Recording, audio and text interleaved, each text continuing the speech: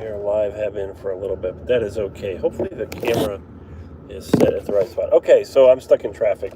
So I'm not going to be looking down at you guys. That's why I've set the camera down here, trying to be safe. But wanted to go ahead and talk about some different things in the day today. So I thought I'd give you guys some updates. Had some really good meetings, had some great meetings. As you know, I coach real estate agents, salespeople, and businesses on how to use social media to engage and connect, not so much to become viral sensations or to become giant influencers, but more just to really connect with their database and to use that as a way to keep their database connected and to stay engaged and connected.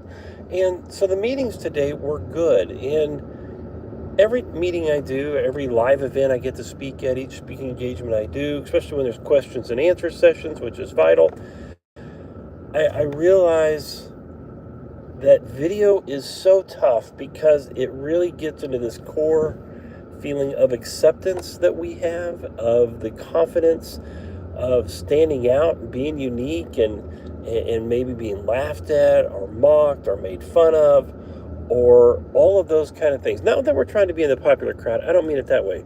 It's more just a series of really trying to understand that it's okay if people don't like what you're doing. And that is that's a tough thing to do.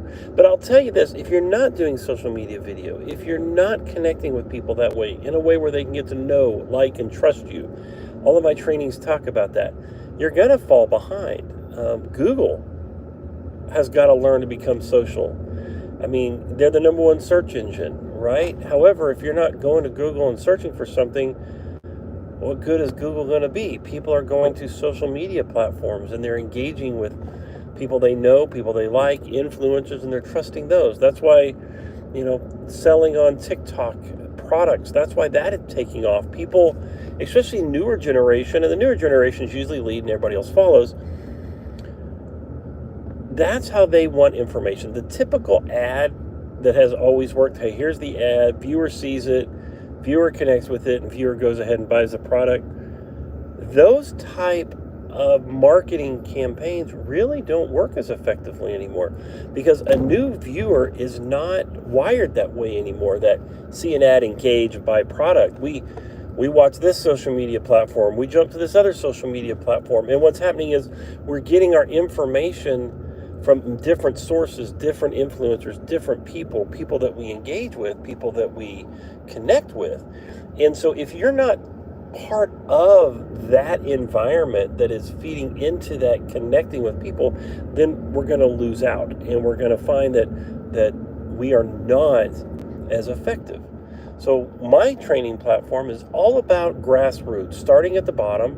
In fact, I did a video today, I'll probably post it tomorrow, that's called Starting at the Bottom. But start at the bottom, and it is okay to start at the bottom. It's okay that it's not good at first. It's okay that it's not great at first. It's okay that when you look back in 6 months from now, you'll be like, oh my gosh, what was I thinking? But in 6 months, where will you be? Start at the base. Start at ground zero. Start at the bottom of the ladder, and we're going to work our way up. But you have to do this. You have to do this. And I see that the problem is, no matter how much I coach it or teach it, and I know I'm talking around in circles right now because I'm probably just talking to myself. I can't see if anybody's logged on, but I see the light bulbs go on every time I teach a class or I have a conversation with someone and they're like, oh my gosh, yes, that all makes sense. I understand video. I understand the philosophies you're teaching. I understand connecting with my database and keeping them engaged. Yet once they leave the room or go home or get in the car, I just know suddenly it is, yeah, but I'm not going to do that. It's hard, it's scary, it's intimidating, it's all of those things. So my challenge and my job is to figure out how to get people to break through that. How to break through being intimidated. So I posted a video, a social media post, one of the social media posts here recently. I'm intimidated by things. People see me make videos and be like, oh my gosh, it's easy for you. You're not scared by anything. You're not intimidated by anything. It's not true, okay? So what intimidates me, I love to sing. I've always was singing in choir and different things. Hey, most of you know I moved to Nashville to try to become a singer back when I graduated high school. Here was the problem. I could never sell out to it because I just didn't have confidence. I didn't have faith. I didn't think I sounded very good. I couldn't compete with other people. And when you do that, then that was where my confidence was. So what did I do to try to overcome that, to try to put myself into my client's place where video is scary? I posted a video of me singing. I had written a Christmas song. It was called Facing Christmas Alone.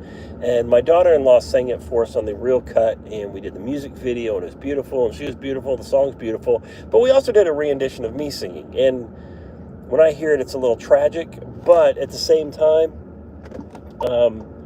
I did it. And so I posted that this week and was like, okay, here I am. And I could really put myself into my client's shoes there, that vulnerability of, wow, I put myself out there. But what I want to tell you guys is this. I'm still here. My birthday hasn't been taken away. I'm still alive. I'm stuck in horrible traffic. Life just keeps on going. And the feedback that I got from the people that matter to me and my business has been positive. And that's the message that I'm trying to get to people.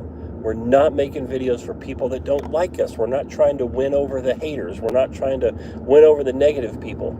I just want to connect with my people. I just want to engage with those individuals who I enjoy communicating with, who enjoy communicating with me, who maybe enjoy hearing me ramble on while I'm driving. Those are my people, and those are the ones that I want to connect with. So when we're making videos, when we're talking about our business, when we're talking about our products, when we're talking about our services, when we're doing our personality videos and just talking about things we care about and that we're interested in, when we're doing our community videos and highlighting the community and the small businesses and those amazing entrepreneurs out there who are doing great things, we're making those videos for people that will like us, the people that already like us, the people that would engage with us.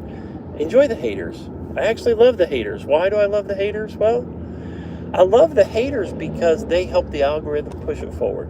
Now, of course, if someone's abusive and all that, that's different. But everybody's going to have opinion. I can't help that. And so I'm not going to hold myself back because some people have a negative opinion, right? It'd be real interesting to see after going live today what that will look like. But we just can't get caught.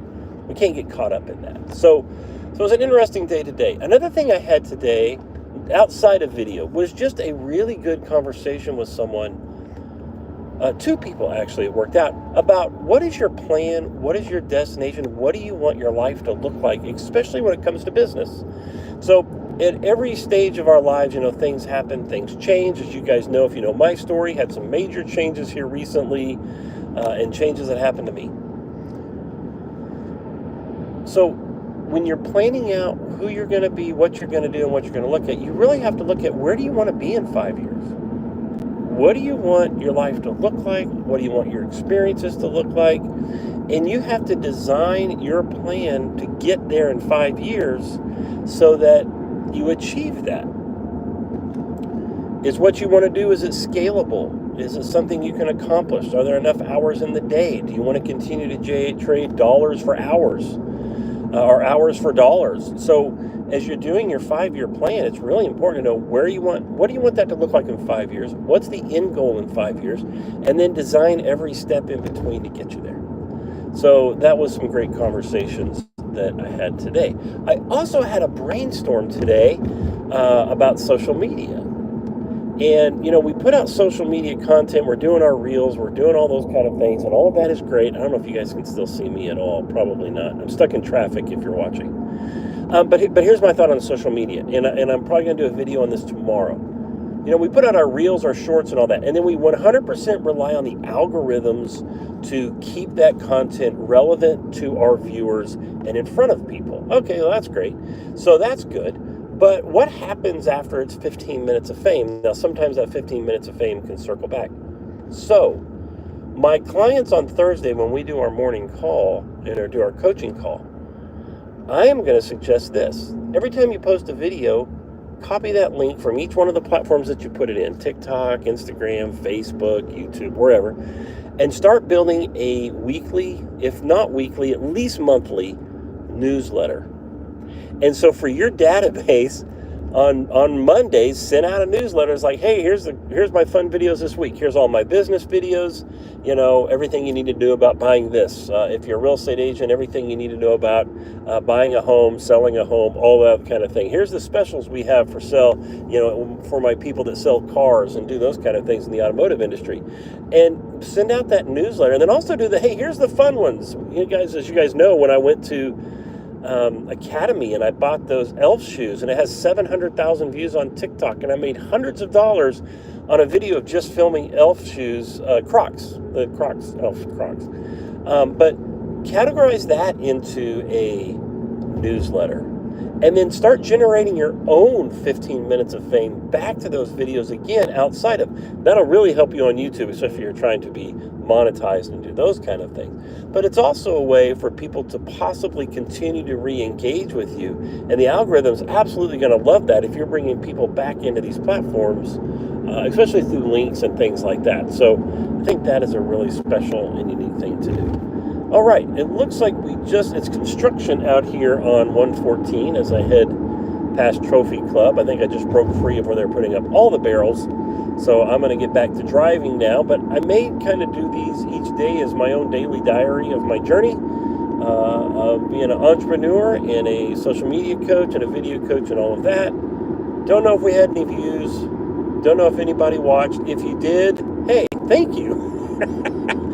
You're a glutton for punishment, but we'll be back later. How about that? We'll come back tomorrow. Maybe we can do it all again. All right, good stuff.